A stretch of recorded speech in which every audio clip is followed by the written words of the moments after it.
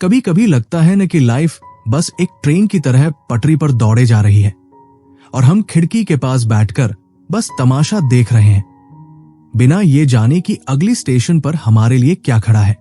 मैं भी बस यही सोच रहा था उस शाम जब बारिश की बूंदें मेरी खिड़की के शीशे पर थपकी दे रही थी। मेरा नाम आर्यन है, उम्र यही कोई 27 साल होगी। और अगर आप मुझसे उस दिन पूछते कि मेरी जिंदगी कैसी चल रही है तो मेरा जवाब होता बैड लक। मुझे लगता था कि लक कोई ऐसी चीज है जो ऊपर से टपकती है, जैसे ये बारिश, और मेरी छतरी में हमेशा छेद ही रहता है। माइंड वॉल्ट ऑडियो बुक सुनते हुए मैं अक्सर सोचता था कि क्या सच में हम अपनी तकदीर बदल सकते हैं या फिर ये सब बस कहने की बातें हैं। उस दिन ऑफिस से लौटते वक्त मेरी हालत वैसी ही थी जैसी किसी हारे हुए जुआरी की होती है, जिसके पास दाव लगाने के लिए अब कुछ बचा न हो। रास्ते में एक पार्क पड़ता है जहां मैं अक्सर थोड़ी देर सुस्ताने के लिए रुक जाता हूं।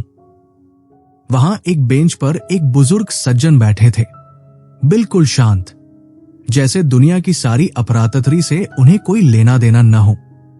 उनका नाम मिस्टर कार था। वे दिखने में थोड़े अलग थे। उनकी आंखों में एक ऐसी चमक थी जो अक्सर उन लोगों में होती है जिन्होंने जिंदगी को बहुत करीब से और बहुत तसल्ली से देखा हो। मैंने बस यूं ही लंबी सांस भरते हुए कह दिया कि आज का दिन ही खराब था, पता नहीं मेरी किस्मत कब चमकेगी। वे मुस्कुराए और बोले, बेटा, ज्यादातर लोग शिकायत इसलिए करते हैं क्योंकि वे जानते ही नहीं कि अपनी किस्मत का इस्तेमाल कैसे करना है। वे बोले कि लक कोई वैसी चीज नहीं है जैसा लोग समझते हैं, जैसे किसी जादूगरनी का काढ़ा या खरगोश का पैर जेब में रख लेना। असल में लक तो चांस और हमारी रिस्पॉन्स के बीच का एक तालमेल है। मुझे उनकी बात थोड़ी भारी लगी तो उन्होंने समझाया कि देखो, मान लो हवा में एक कागज का टुकड़ा उड़ रहा है, तुम उसे उड़ते हुए देखते हो और आगे बढ़ जाते हो। वो तुम्हारे लिए बस एक चांस है, एक इत्तेफाक, जिसका तुम्हारी जिंदगी से कोई नाता नहीं। लेकिन अगर तुम रुकते हो, उसे उठाते हो और देखते हो कि वो $10 का नोट है, तो वही चांस अचानक लक बन जाता है। यहां चांस तो बाहर की दुनिया में था, लेकिन उसे लक में तब्दील तुमने किया अपनी उस छोटी सी हरकत से। हम अक्सर लक को एक ऐसी सुंदरी मान लेते हैं जो बहुत नटरेबाज है, पर सच तो ये है कि वो एक ऐसी फोर्स है जो उतनी ही पक्की है जितना कि हमारा रीजन या हमारी विल पावर। हम अपनी किस्मत को खुद इंड्यूस कर सकते हैं, उसे दावत दे सकते हैं। मिस्टर कार की बातों में एक अजीब सा ठहराव था। उन्होंने कहा कि हम चांस को तो कंट्रोल नहीं कर सकते, पर चांस के साथ हमारा जो रिश्ता है उसे जरूर बदल सकते हैं। मैंने पूछा कि फिर कुछ लोग हमेशा अनलकी क्यों महसूस करते हैं। उन्होंने बड़े प्यार से जवाब दिया कि अक्सर इसके पीछे हमारी अपनी साइकोलॉजिकल इनसिक्योरिटी होती है। जब हम अंदर से डरे हुए या असुरक्षित महसूस करते हैं तो हम जिंदगी के मौकों को देख ही नहीं पाते, या अगर देखते भी हैं तो उन पर रिस्पॉन्ड नहीं कर पाते। हमारा जो लक पोटेंशियल है वो हमारे दिमागी हालत की परछाई है। अगर हम अपनी सोच को थोड़ा लकचार्ज्ड बना लें तो किस्मत का पासा पलटते देर नहीं लगती। उन्होंने बताया कि आदमियों के बीच खुशहाली का ताल्लुक हैप शब्द से है, जिससे हैप्पीनेस बना है, और हैप का मतलब ही लक होता है। लोग सदियों से शगुन और जादू टोने के पीछे भागते रहे हैं, पर असली राज तो हमारे दिमाग के उस लचीलेपन में है जो हमें नए मौकों के लिए तैयार रखता है। मैंने मिस्टर कार से पूछा कि क्या सच में मैं अपनी किस्मत को अट्रैक्ट कर सकता हूं। उन्होंने सिर हिलाया और बोले, बेंजामिन फ्रैंकलिन ने बिजली तब पकड़ी थी जब उन्होंने आसमान की तरफ पतंग उड़ाई थी। वैसे ही अगर तुम्हें अपनी जिंदगी में खुशियों की बिजली गिरानी है तो तुम्हें खुद को एक्सपोज करना होगा। इसे एक्सपोजर टू लक कहते हैं। ज्यादातर अच्छी चीजें हमारी जिंदगी में दूसरे लोगों के जरिए आती है। हम सबके बीच एक अदृश्य धागा होता है जिसे तुम लकलाइन कह सकते हो। तुम जितने ज्यादा लोगों से मिलते हो, जितने नए रिश्ते बनाते हो, उतनी ही ज्यादा लकलाइंस तुम दुनिया में फैलाते हो। किसी अजनबी की एक मामूली सी बात तुम्हारी जिंदगी की दिशा बदल सकती है।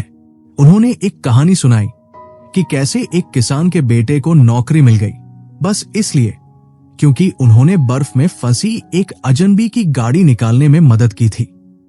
वो अजनबी एक नए स्टोर का मैनेजर निकला। अगर वे उस अजनबी की मदद करने बाहर न निकलते तो वो लक उनके दरवाजे के पास से गुजर जाता और उन्हें पता भी न चलता। यहां राज ये है कि हमें अजनबियों को सिर्फ स्ट्रेंजर की तरह नहीं, बल्कि मौकों के एक स्रोत की तरह देखना चाहिए। अक्सर हमारे पुराने दोस्त और रिश्तेदार एक ही तरह की बातें करते हैं। वहां से इम्प्रॉबेबल या कुछ नया सुनने की उम्मीद कम होती है, लेकिन एक नया इंसान एक नई चिंगारी पैदा कर सकता है। पर मिस्टर कार, मैं तो बहुत शाय हूं। मुझे लोगों से बात करने में झिझक होती है। मैंने अपनी मुश्किल बताई। वे थोड़ा हंसे और बोले, बेटा, जो लोग बहुत ज्यादा शर्मीले होते हैं, अक्सर उनके पीछे विनम्रता नहीं बल्कि एक तरह की वैनिटी या घमंड छिपा होता है। चौंक गए ना? असल में शर्मीला इंसान डरता है कि लोग उसके बारे में क्या सोचेंगे, कहीं उसे कोई नापसंद न कर दे। वो अपने आप को बहुत ज्यादा इंपॉर्टेंट समझने लगता है और इसी चक्कर में वह दुनिया से कट जाता है। जब तुम अपनी झिझक की दीवार से टकराते हो तो बाहर से आने वाला लक वही दम तोड़ देता है। अगर तुम्हें अपनी किस्मत बदलनी है तो तुम्हें अपने अंदर जेस्ट पैदा करना होगा। जेस्ट का मतलब है जिंदगी के प्रति एक गहरा उत्साह, एक ऐसी प्यास जो तुम्हें हर नई चीज को जानने के लिए उकसाए। ये कोई बचपन की उछल कूद नहीं है, बल्कि एक समझदारी भरी उमंग है। एक जेस्टफुल इंसान दुनिया की बुराइयों और कमियों को जानते हुए भी उससे प्यार करता है। उसे इस बात में मजा आता है कि हर इंसान अलग है। जब तुम खुद से ध्यान हटाकर दुनिया की तरफ देखते हो तो तुम लक लाइन्स फेंकने लगते हो। उन्होंने विंस्टन चर्चिल का उदाहरण दिया, जो हमेशा हर एडवेंचर के लिए तैयार रहते थे। एक बार उन्होंने एक अजनबी कैदी से बस एक हाथ से पट्टी बांधने की तरकीब सीखी और वही छोटी सी जानकारी बाद में उनके लिए एक बड़ा न्यूज स्कूप बन गई। किस्मत के बीज ऐसे ही छोटे छोटे लम्हों में छिपे होते हैं जो बाद में बड़े होकर फल देते हैं। जरा सोचो आर्यन, मिस्टर कार ने आगे कहा, अगर तुम बस वही अखबार पढ़ते हो जो तुम्हारी राय से मिलता है, या सिर्फ उन्हीं लोगों से बात करते हो जो तुम्हारी हाँ में हाँ मिलाते हैं, तो तुम अपने लक के दायरे को छोटा कर रहे हो। तुम्हें कुछ नया आजमाना होगा, कोई नया सेंटर ऑफ इंटरेस्ट ढूंढना होगा, चाहे वो कोई हॉबी हो या कोई नई जानकारी। जैसे एक बिल्ली का बच्चा किसी अकेली औरत की जिंदगी में आकर उसे एक नई कम्युनिटी से जोड़ देता है और उसके लिए खुशियों के नए दरवाजे खोल देता है। हर नई चीज जो तुम सीखते हो वो तुम्हारे लक पोटेंशियल को बढ़ा देती है। किताबों को ही ले लो, वे महज कागज के पुलिंदे नहीं हैं। वे दिमाग के लिए एक ऐसी खुराक है जो हमें क्रूशल मौकों पर मजबूत बनाती है। जो लोग कहते हैं कि उनके पास पढ़ने का समय नहीं है, वे असल में अपने दिमाग को आलसी बना रहे हैं। जितना ज्यादा तुम्हारा ज्ञान बढ़ेगा, उतना ही आसान होगा तुम्हारे लिए सही मौके को पहचानना। जेस्ट हमारे दिमाग के उस जाले को साफ कर देता है जहां चिंता के कीड़े छिपे होते हैं। ये एक तरह का एफर्मेशन है कि हाँ, मुझे जीना अच्छा लगता है और मैं दूसरों के लिए भी यही चाहता हूं। जब तुम इस सोच के साथ बाहर निकलते हो तो अचानक तुम्हें लगेगा कि दुनिया तुम्हारे लिए थोड़ी ज्यादा मेहरबान हो रही है। लोग तुम्हारी तरफ खिंचे चले आएंगे क्योंकि तुम्हारे अंदर से एक पॉजिटिव चार्ज निकल रहा होगा। उस शाम मिस्टर कार की बातें सुनकर मुझे लगा जैसे मेरे दिमाग की खिड़कियां खुल रही हों। मैं समझ गया कि मैं अब तक अपनी किस्मत को सिर्फ कोस रहा था, उसे दावत नहीं दे रहा था।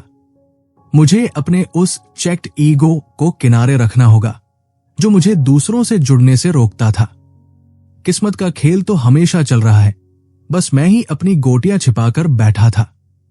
उन्होंने मुझे एक बात और समझाई कि लक के साथ कभी सौदेबाजी नहीं की जा सकती। तुम अगर दूसरों के लिए कुछ अच्छा सिर्फ इसलिए कर रहे हो कि बदले में तुम्हें कुछ मिले, तो वो जेनरोसिटी नहीं है, वो एक इन्वेस्टमेंट है। और किस्मत कभी ऐसे ठंडे हिसाब किताब से नहीं चलती। असली मजा तो तब है जब तुम बिना किसी स्वार्थ के दुनिया की तरफ अपना हाथ बढ़ाओ। जब तुम ऐसा करते हो तो तुम गुडविल का एक ऐसा रिजर्वायर बना लेते हो जो जरूरत पड़ने पर खुद ब खुद तुम्हारी तरफ बहने लगता है। उस रात घर जाते हुए मैंने पहली बार ट्रेन में अपने बगल वाले यात्री को देखकर मुस्कुराया। ये एक छोटी सी शुरुआत थी, एक पहली लकलाइन जो मैंने अंधेरे में फेंकी थी। मुझे नहीं पता था कि यह धागा मुझे कहां ले जाएगा, पर पहली बार मुझे अपने अनलकी होने का बोझ थोड़ा हल्का महसूस हो रहा था। जिंदगी की ये जो पटरी है आर्यन, मिस्टर कार ने उठते हुए कहा था, इस पर हजारों मोड़ आएंगे। बस अपनी आंखों को अलर्ट रखना और अपने दिल को जेस्टफुल, क्योंकि जो इंसान अपनी किस्मत का स्वागत करना नहीं जानता उसे शिकायत करने का भी कोई हक नहीं।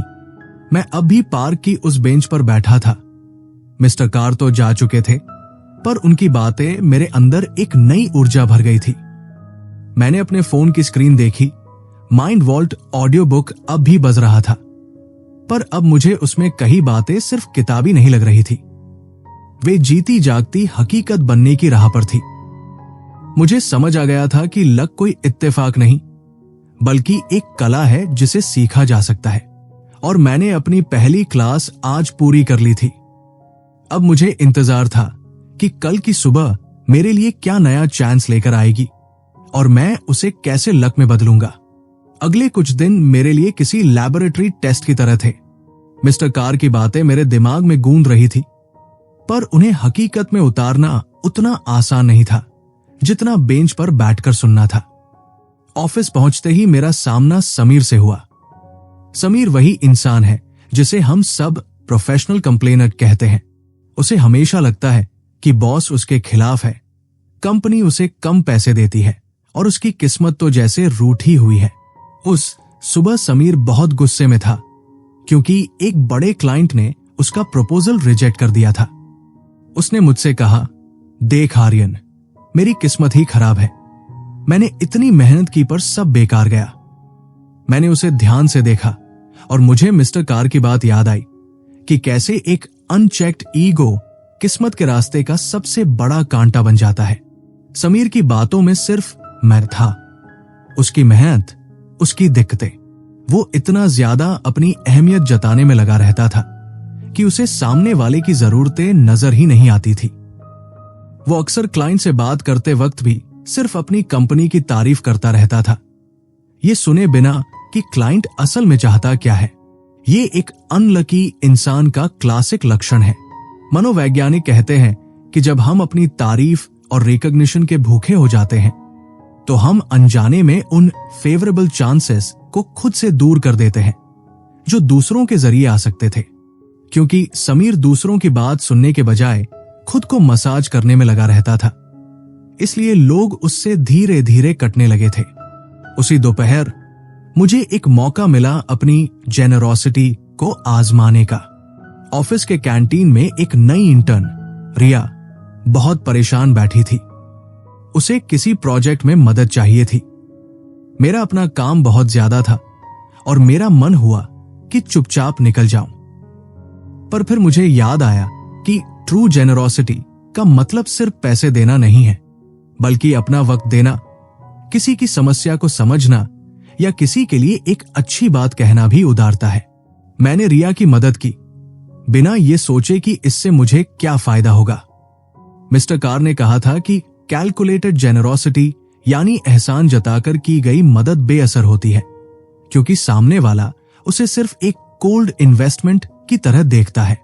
लेकिन जब आप बिना किसी स्वार्थ के मदद करते हैं तो आप गुडविल का एक रिजर्वायर बनाने लगते हैं जो भविष्य में आपके लिए किस्मत का दरवाजा खोल सकता है। शाम को घर लौटते वक्त बारिश फिर शुरू हो गई। मेरा मूड थोड़ा खराब होने लगा क्योंकि मेरी बस मिस हो गई थी। मुझे लगा कि मेरा बैड लक का दौर शुरू हो गया है, पर तभी मुझे रिदम ऑफ चांस की बात याद आई। जिंदगी में खुशियों और गमों का एक पल्सेटिंग रिदम होता है, जैसे समंदर की लहरें। अगर अभी कुछ बुरा हो रहा है तो इसका मतलब है कि ऑफसेटिंग चांस यानी भरपाई करने वाला मौका बस आने ही वाला है। बस शर्त यह है कि मैं अपनी अलर्टनेस बनाए रखूं और निराशा में डूबकर आंखें बंद न कर लूं। मैं एक शेल्टर के नीचे खड़ा था, तभी एक बुजुर्ग महिला वहां आई। वे बहुत भारी थैले उठाए हुए थी। मैंने उनकी मदद की और बातों बातों में पता चला कि वे पास की एक बड़ी लाइब्रेरी में काम करती है। उन्होंने मुझे एक ऐसी रेयर बुक के बारे में बताया जिसे मैं हफ्तों से ढूंढ रहा था। ये एक छोटा सा जेट ऑफ लक था। अक्सर हम बड़े धमाके के इंतजार में इन छोटे छोटे आइसोलेटेड चांसेस को नजरअंदाज कर देते हैं, पर असल में किस्मत अक्सर इन्हीं छोटी बूंदों के रूप में आती है।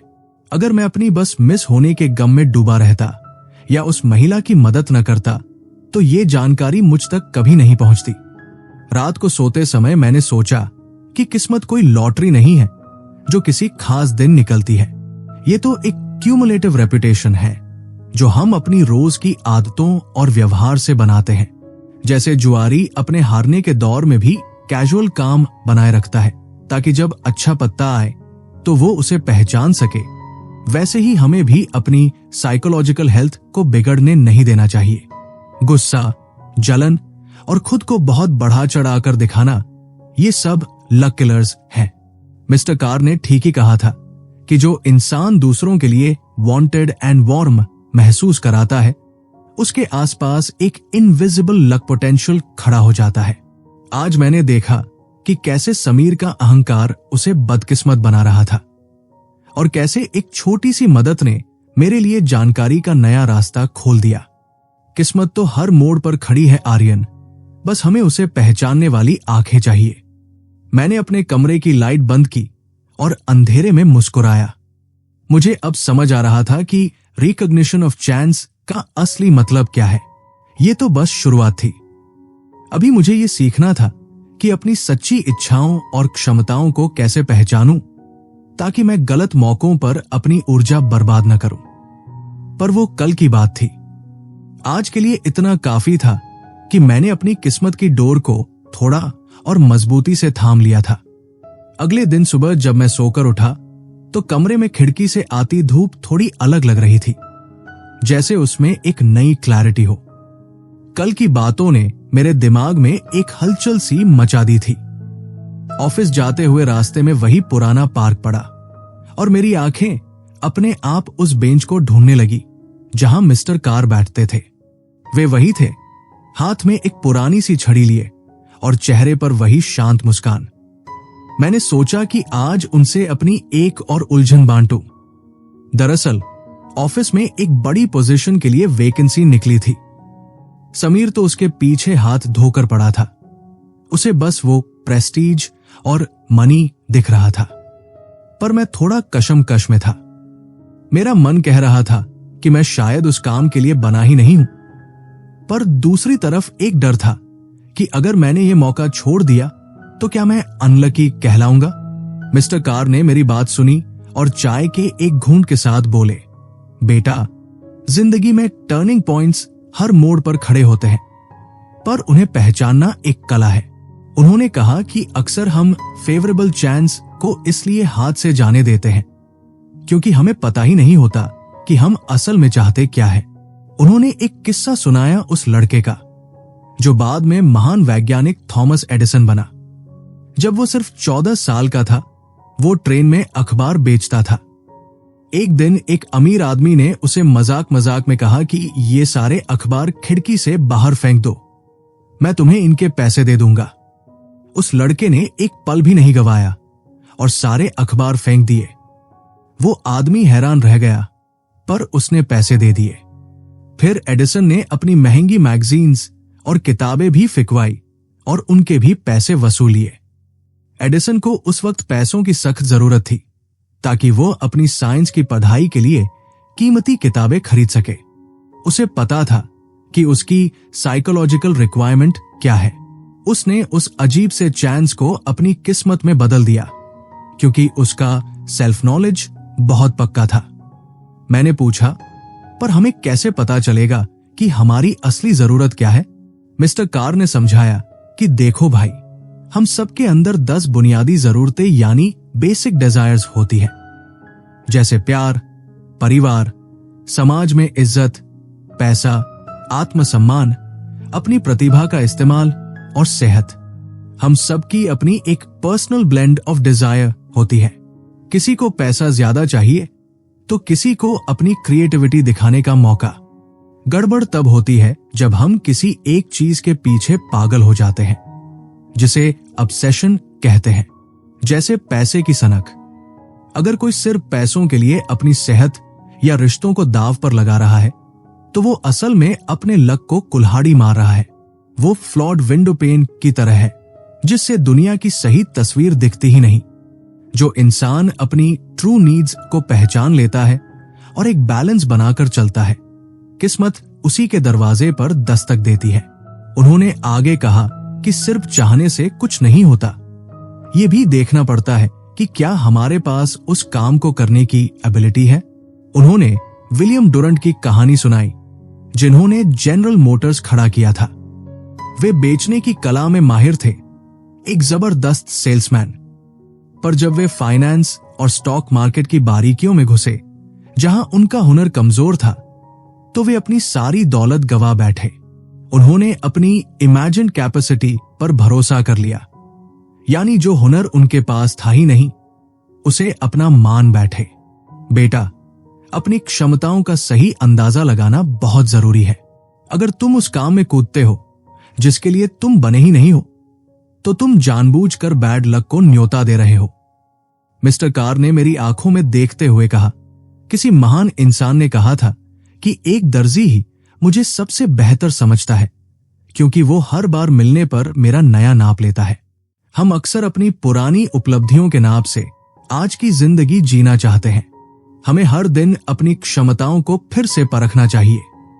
अगर तुम्हें अपनी लेटेंट एबिलिटी यानी छिपे हुए हुनर का पता लगाना है, तो दूसरों से अपनी तुलना करो, जैसे अल स्मिथ ने किया था।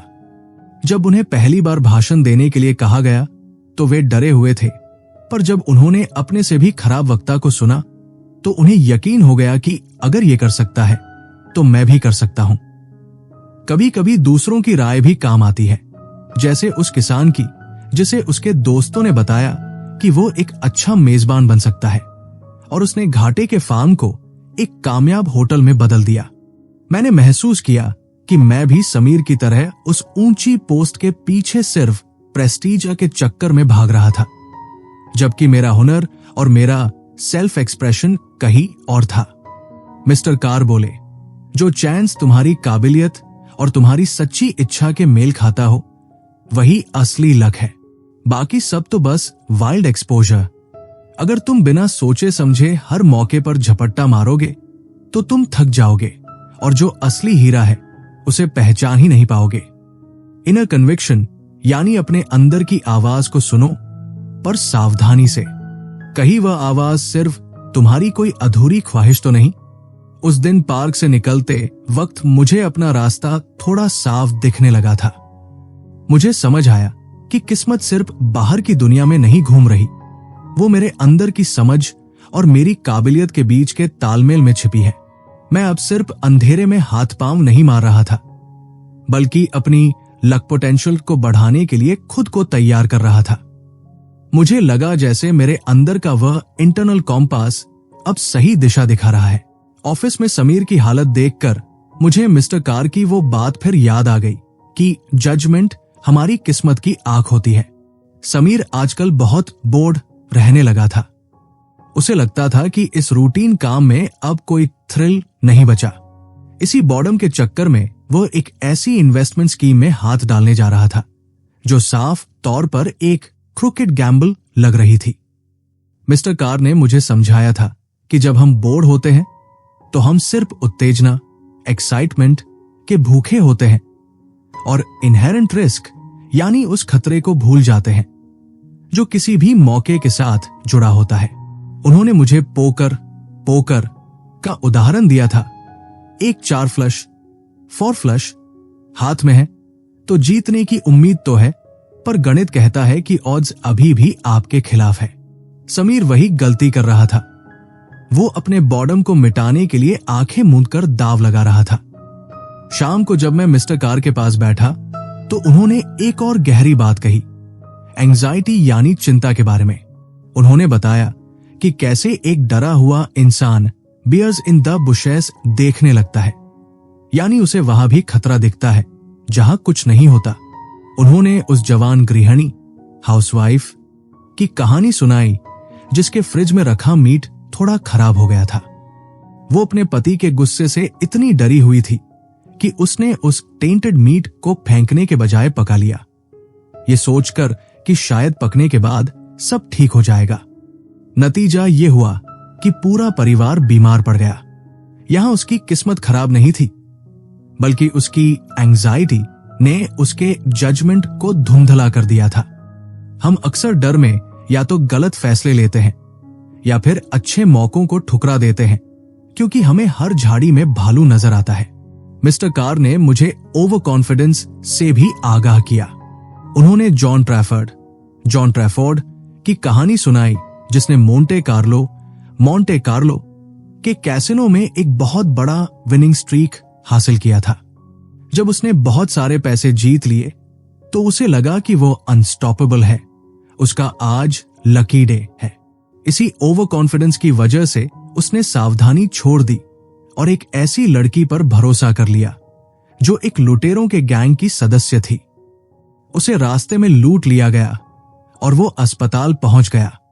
किस्मत जब हम पर मुस्कुराती है तब हमें सबसे ज्यादा वेरी यानी चौकन्ना रहने की जरूरत होती है। समीर भी यही कर रहा था। पिछली एक छोटी जीत ने उसे इतना अंधा कर दिया था कि उसे अब रिस्क दिखाई नहीं दे रहा था। बातें करते करते मिस्टर कार ने एक बहुत ही संजीदा विषय छेड़ा, सेल्फ रिस्पेक्ट यानी आत्मसम्मान। उन्होंने कहा, बेटा, पैसा कमाना या प्यार पाना बड़ी बात है, पर इन सब के लिए कभी भी अपना आत्मसम्मान दांव पर मत लगाना। उन्होंने उस इंसान का किस्सा सुनाया जिसे सबवे स्टेशन पर एक औरत का पर्स पड़ा मिला था। उसमें बहुत सारे पैसे और जरूरी चाबियां थी। उसने वह पर्स रख लिया, खुद को यह दिलासा देकर कि ढूंढने वाला ही मालिक होता है। पर उसके बाद उसकी जिंदगी नर्क बन गई। वो हर वक्त डर में रहता कि कहीं उसकी पत्नी को पता न चल जाए, कहीं उसके फिंगरप्रिंट से पुलिस उसे पकड़ न ले। उसने चाबियां तो चुपके से लौटा दी, पर पैसे अपने पास रखे और उस एक साल में वो इतना बीमार और परेशान रहने लगा कि उसे अपनी नौकरी और रिश्तों में भी बैड लक दिखने लगा। असल में उसने अपनी नजरों में खुद को गिरा लिया था। और जब हम खुद से नफरत करने लगते हैं तो हम अनजाने में अपनी तबाही का रास्ता ढूंढ लेते हैं। मनोवैज्ञानिक इसे डेथ विश कहते हैं। जब इंसान अंदर से टूटा हुआ हो तो वो एक्सीडेंट्स और मुसीबतों को खुद न्योता देता है। मुझे उनकी बातें सुनकर उस हीरो की याद आई जिसके बारे में अखबार में छपा था, लियोनार्ड वाइसबर्ग। उसे एक लुटेरे की गोली लगी थी क्योंकि उसने अपने एक दोस्त की जान बचाने के लिए खुद को खतरे में डाल दिया था। वो मरते मरते बचा, उसकी आवाज तक चली गई थी, पर उस सेल्फ रिस्पेक्टिंग एक्शन की वजह से दुनिया ने उसे इतना प्यार और सम्मान दिया कि लोगों ने उसे उपहार में एक टैक्सी दी जिसे बेचकर उसने अपना बिजनेस शुरू किया और आज वो एक कामयाब इंसान है। मिस्टर कार ने समझाया कि कभी कभी सेल्फ रिस्पेक्ट बनाए रखने के लिए हमें अस्थायी नुकसान, टेम्पररी लॉस झेलना पड़ता है, पर अंत में वही हमें एंड्यूरिंग लक की तरफ ले जाता है। ऑफिस में प्रमोशन पाने के लिए समीर एक झूठ का सहारा लेने की सोच रहा था। मिस्टर कार ने बताया कि कैसे एक जवान आदमी ने सिर्फ एक नौकरी पाने के लिए अपने बैकग्राउंड के बारे में झूठ बोला और अगले 20 साल तक वो उसी झूठ के पिंजरे में कैद रहा, हर पल इस डर में कि कहीं उसका राज खुल न जाए। अंत में उसने अपनी जान ले ली। झूठ और बेईमानी से मिला मौका एक वॉर्मी एप्पल की तरह होता है, बाहर से लाल पर अंदर से सड़ा हुआ। उन्होंने मुझे सिखाया कि इंटेग्रिटी यानी ईमानदारी सिर्फ एक नैतिक गुण नहीं है, ये एक प्रैक्टिकल लक टूल है। जब आपका मन साफ होता है तो आपकी पूरी ऊर्जा एनर्जी एक दिशा में काम करती है और आप मौकों को बेहतर तरीके से पहचान पाते हैं। उन्होंने ईमोन दे वेलेरा का उदाहरण दिया, जब उनके विरोधियों ने उन्हें बदनाम करने के लिए एक जाल बुझाया और उन्हें झूठे आरोप लगाकर एक मीटिंग में फंसाने की कोशिश की, तो डी वलेरा डरे नहीं। उनकी इंटेग्रिटी इतनी मजबूत थी कि उन्होंने सीधे उस मीटिंग में जाकर अपना पक्ष रखा और लोगों का दिल जीत लिया। अगर उनके मन में खोट होता तो वे कभी इतनी हिम्मत नहीं दिखा पाते। किस्मत भी उन्हीं का साथ देती है जो अपने सिद्धांतों पर अड़िग रहते हैं। मिस्टर कार की ये बातें सुनकर मुझे एहसास हुआ कि मैं अब तक सिर्फ बाहर के चांसेस देख रहा था, पर उन मौकों के प्रति मेरा रिस्पॉन्स कैसा है उस पर मेरा ध्यान ही नहीं था। क्या मैं बॉर्डम में बह रहा हूं? क्या एंजाइटी मेरी आंखों पर पट्टी बांध रही है, या फिर मेरा ईगो मुझे गलत रास्ते पर ले जा रहा है? उन्होंने कहा था, बेटा, प्राइड और सेल्फ रिस्पेक्ट में बहुत फर्क होता है। घमंड हमें अंधा बनाता है, जबकि आत्मसम्मान हमें मजबूती देता है। उन्होंने उस फ्रेंच अधिकारी का किस्सा सुनाया जिसने एक वेटर के साथ हुई मामूली बहस में अपने प्राइड को इतना ऊपर रखा कि अंत में उसकी पूरी नौकरी चली गई और उसकी बदनामी हुई। अगर वो उस वक्त थोड़ा सा सेंस ऑफ प्रोपोर्शन यानी अपनी अहमियत को ब्रह्मांड के तराजू में तौल कर देखता, तो वो समझ जाता कि उस वेटर को मुक्का मारना उसके सेल्फ रिस्पेक्ट का नहीं बल्कि उसके प्राइड का हिस्सा था। मैंने उस रात डायरी में लिखा कि लक कोई मैजिक नहीं है, बल्कि ये हमारे माइंड का एक कंडीशन है। अगर मैं अपनी इंटेग्रिटी और सेल्फ रिस्पेक्ट को बचाए रखूं, तो मैं आधे युद्ध तो वैसे ही जीत लूंगा। अब मुझे समझ आ रहा था कि क्यों कुछ लोग बहुत कम संसाधनों के बावजूद लकी महसूस करते हैं। उनका रिदम ऑफ चांस उनकी अपनी आंतरिक शांति, इनर ट्रैंक्विलिटी से जुड़ा होता है। समीर को शायद मैं ये सब न समझा पाऊं, पर मैं खुद के लिए ये जान गया था कि मुझे किस मोड़ पर मुड़ना है और कहां रुकना है। मिस्टर कार की छड़ी की वो हल्की सी आवाज अभी भी मेरे कानों में गूंज रही थी, जैसे कह रही हो, रेडनेस इज ऑल। अगली सुबह ऑफिस पहुंचते ही मुझे एहसास हुआ कि मिस्टर कार ने जो रिस्पॉन्स यानी प्रतिक्रिया की बात कही थी, उसका असली इम्तिहान आज होने वाला है। माइंड वॉल्ट ऑडियो बुक सुनते हुए अक्सर मैं सोचता था कि अगर कभी कोई बहुत बड़ी मुसीबत आ जाए तो क्या मेरा दिमाग वैसे ही शांत रहकर काम कर पाएगा जैसे किसी मंझे हुए खिलाड़ी का। ऑफिस में आज एक बहुत ही क्रिटिकल सिचुएशन खड़ी हो गई थी। एक बहुत ही गुस्सैल और डिफिकल्ट क्लाइंट ऑफिस में घुस आया था और वो बिना किसी बात के चिल्ला रहा था। उसे लग रहा था कि हमने उसके प्रोजेक्ट में कोई बहुत बड़ी गलती की है। समीर और बाकी लोग तो बस उसे शांत करने की कोशिश कर रहे थे, पर उनकी घबराहट साफ दिख रही थी। मुझे हेनरी पी डेविसन वाला वो किस्सा याद आया जो मिस्टर कार ने सुनाया था। कैसे उन्होंने एक बंदूकधारी पागल इंसान को अपनी प्रेजेंस ऑफ माइंड से काबू किया था। मैंने गहरी सांस ली और अपनी घबराहट को एक तरफ रखकर उस क्लाइंट की आंखों में देखा। मैंने महसूस किया कि अगर मैं इस वक्त डर गया या गुस्सा हो गया तो ये अनफेवरेबल चांस मेरे लिए एक तबाही बन जाएगा, पर अगर मैं शांत रहकर उसकी बात सुनूं तो शायद मैं इसे लक में बदल सकूं। मैंने उसे बड़े ही प्रोफेशनल तरीके से चाय के लिए पूछा और बहुत ही तसल्ली से उसकी शिकायतों को नोट करना शुरू किया। धीरे धीरे उसका गुस्सा ठंडा होने लगा, क्योंकि उसे लगा कि कोई उसकी बात समझ रहा है। उस 1 घंटे के रिस्पॉन्स ने न केवल क्लाइंट को वापस जोड़ दिया, बल्कि मेरे बॉस की नजरों में भी मेरी इज्जत बढ़ा दी।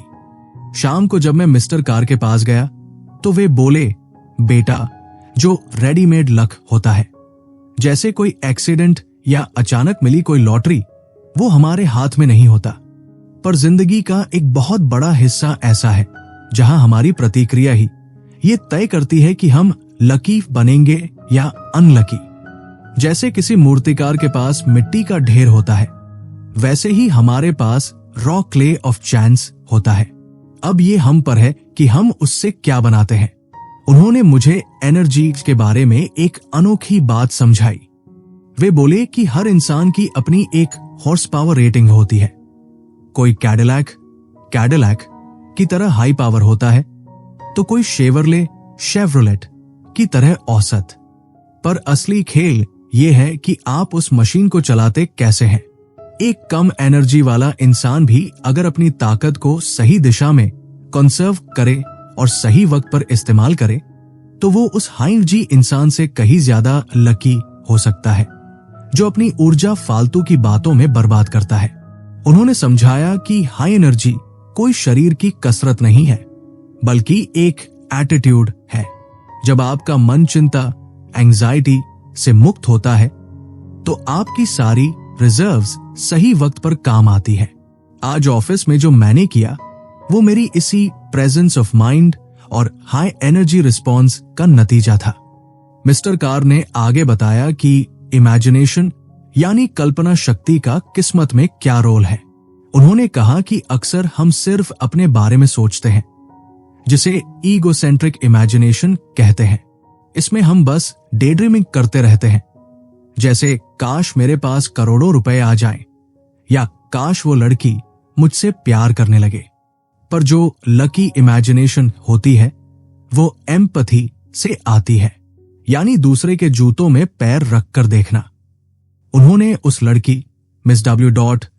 की कहानी सुनाई, जिसने एक ऑफिस में रिसेप्शन पर हो रहे झगड़े को देखा और अपनी बारी आने पर बॉस से ऐसी बात कही जिससे उसे तुरंत नौकरी मिल गई, क्योंकि उसने बॉस की जरूरत और उसकी परेशानी को अपनी कल्पना से भांप लिया था।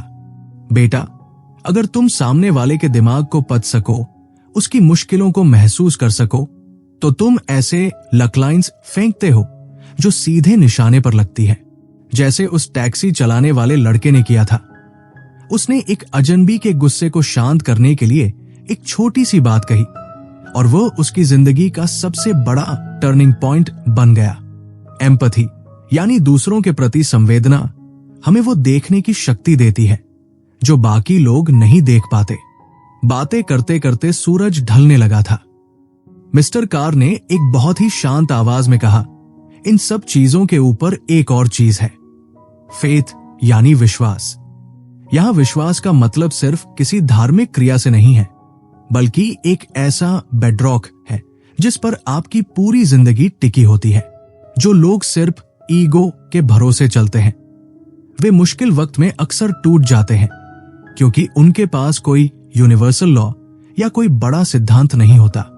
उन्होंने पोलिश लड़की the polish girl in France का किस्सा सुनाया, जिसने दूसरे विश्व युद्ध के दौरान अपनी हिम्मत और इमेजिनेशन से 3 अंग्रेज अफसरों की जान बचाई थी। उसके पास एक गहरा फेथ था, जिसने उसे मौत के सामने भी खड़े रहने की ताकत दी। विश्वास एक आर्मोर ऑफ लाइट की तरह है। जब आपके पास ये कवच होता है, तो आप हार में भी जीत का रास्ता देख लेते हो। इंटेग्रिटी यानी ईमानदारी उसी विश्वास का हिस्सा है। जब आपका मन साफ होता है, तो आपकी प्रतिक्रियाएं स्पॉन्टेनियस और मजबूत होती है। मिस्टर कार ने मेरी तरफ देखा और बोले, आर्यन, कभी भी एनवी यानी जलन को अपने दिल में जगह मत देना। जलन एक ऐसे हॉट आयरन की तरह है जो आपके अपने ही दिल को जलाता रहता है। एक जलन से भरा इंसान कभी लकी नहीं हो सकता, क्योंकि उसकी नजर हमेशा दूसरों की थाली पर होती है। वो कभी अपने पास मौजूद मौकों को देख ही नहीं पाता। अमन सेन जैसा बनो। जब उसने सुना कि कोई और उत्तरी ध्रुव नॉर्थ पोल पहुंच गया है, तो उसने जलने के बजाय ये ठान लिया कि अब मैं दोनों ध्रुवों की यात्रा करूंगा। जलन को एडमिरेशन और डिटर्मिनेशन में बदलना सीखो। उन्होंने मुझे सलाह दी कि हर दिन थोड़ा वक्त अकेले बिताओ, किसी पहाड़ी पर बैठो या बस अपनी कुर्सी पर शांत होकर इस ब्रह्मांड के बारे में सोचो। ये डिसिप्लिन तुम्हें उस यूनिवर्सल पर्पस से जोड़ेगा जहां से असली किस्मत निकलती है। उस शाम घर लौटते हुए मुझे लगा जैसे मेरा लक पोटेंशियल अब वाकई बढ़ रहा है। मुझे अब डर नहीं लग रहा था कि कल क्या होगा। मुझे पता था कि अगर मेरे पास एनर्जी, इमेजिनेशन और फेथ है तो मैं हर आने वाले चांस को एक खूबसूरत लक में बदल सकता हूं। अब मुझे इंतजार था उस आखिरी सबक का जो मिस्टर कार मुझे देने वाले थे, उस विल के बारे में जो सब कुछ बदल देती है। रास्ते में मैंने देखा कि वही पुराना दोस्त समीर अब भी अपने फोन में किसी सट्टे की वेबसाइट देख रहा था। मुझे उस पर तरस आया, पर मैं जान गया था कि मैं अब उस रास्ते का राही नहीं हूं। मेरी किस्मत अब मेरे अपने रिस्पॉन्स में थी, न कि किसी वेबसाइट के नंबरों में। उस शाम जब मैं पार्क पहुंचा तो सूरज की आखिरी किरणें पेड़ों की शाखों से छनकर जमीन पर एक खूबसूरत पैटर्न बना रही थी। मुझे एहसास हुआ कि कुछ हफ्ते पहले मैं इन्हीं रास्तों से गुजरता था, पर कभी मेरा ध्यान इन छोटी छोटी चीजों पर नहीं गया। मिस्टर कार आज हमेशा से ज्यादा शांत लग रहे थे। मैंने उन्हें बताया कि कैसे पिछले कुछ दिनों में मेरी जिंदगी के छोटे छोटे चांसेस अब लक में बदलने लगे हैं। मैंने उन्हें उस प्रमोशन के बारे में भी बताया जो अब मुझे बहुत छोटा लग रहा था, क्योंकि मुझे समझ आ गया था कि मेरी असली काबिलियत और सेल्फ एक्सप्रेशन कहीं और है। मैंने वो पद ठुकरा दिया, और हैरानी की बात यह थी कि जैसे ही मैंने वो बोझ उतारा, मेरे पास एक छोटी स्टार्टअप कंपनी से ऑफर आ गया जो ठीक वही काम कर रही थी जिसमें मेरा हुनर था। यह कोई इत्तेफाक नहीं था, ये मेरी उस इंटरनल क्लैरिटी का नतीजा था जिसके बारे में उन्होंने मुझे सिखाया था। मिस्टर कार मुस्कुराए और अपनी छड़ी से घास पर एक लकीर खींचते हुए बोले, बेटा, अब तुम विल टू बी लकी के राज को समझने लगे हो। ज्यादातर लोग विल पावर यानी इच्छा शक्ति के बारे में तो जानते हैं, जैसे मेहनत करना, सुबह जल्दी उठना, किसी लक्ष्य के पीछे पड़ जाना। पर विल टू बी लकी उससे कहीं ज्यादा गहरी और सूक्ष्म चीज है। इसका मतलब है कि आप ब्रह्मांड के उस रिदम के साथ तालमेल बिठा लेते हैं जहां मौकों की कमी नहीं है। उन्होंने मुझे एक्टिव रिस्पॉन्स का महत्व समझाया। वे बोले कि जिंदगी में चांस तो आते जाते रहेंगे, पर तुम्हारा विल ये तय करता है कि तुम उन पर कैसे झपट्टा मारते हो। उन्होंने उस इंसान की मिसाल दी जो सालों से एक ही बोरिंग नौकरी कर रहा था, पर जैसे ही उसने अपने अंदर जेस्ट पैदा किया और नई चीजों के प्रति जागरूक हुआ, उसे अपनी ही कंपनी में एक ऐसा मौका मिल गया जिसके बारे में उसने कभी सोचा भी नहीं था। उसकी किस्मत नहीं बदली थी, बस उसने अपनी विल को उस दिशा में मोड़ दिया था जहां लक पहले से मौजूद था। उन्होंने मुझसे कहा कि आर्यन, अब जब तुम इस रास्ते पर चल पड़े हो तो तुम्हें यह भी समझना होगा कि तुम्हारी किस्मत सिर्फ तुम्हारी अकेले की नहीं है। हम सब एक सोशल फैब्रिक का हिस्सा है। जब तुम दूसरों के लिए गुड लक का जरिया बनते हो तो तुम अनजाने में अपने चारों ओर एक ऐसा मैग्नेटिक फील्ड बना लेते हो जो खुशियों को तुम्हारी तरफ खींचता है। इसे लक ऑफ द होल कह सकते हैं। उन्होंने बताया कि कैसे एक छोटे से शहर के लोगों ने मिलकर एक लाइब्रेरी बनाई और उस एक लाइब्रेरी ने पूरे शहर की किस्मत बदल दी, क्योंकि वहां से ऐसे चांसेस निकलने लगे जिन्होंने बच्चों के भविष्य को संवार दिया। जब तुम दूसरों की सफलता में खुशी ढूंढने लगते हो तो तुम जलन, एनवी और असुरक्षा, इनसिक्योरिटी के उस पिंजरे से आजाद हो जाते हो जो तुम्हारे लक को खा रहा था। मिस्टर कार ने एक बहुत ही गंभीर बात कही जो मेरे दिल को छू गई। वे बोले कि कभी कभी हम बहुत बड़ी सफलता के पीछे भागते हुए उन छोटी खुशियों को भूल जाते हैं जिन्हें हैप्पीनेस या हैप कहते हैं। किस्मत का असली पैमाना ये नहीं है कि तुम्हारे बैंक अकाउंट में कितने पैसे हैं, बल्कि यह है कि तुम दिन भर में कितनी बार दिल से मुस्कुराए हो और तुमने कितने लोगों के जीवन में उम्मीद की एक किरण जगाई है। लकीनेस एक ऐसी क्यूमुलेटिव हैबिट है जो सालों की छोटी छोटी आदतों से बनती है।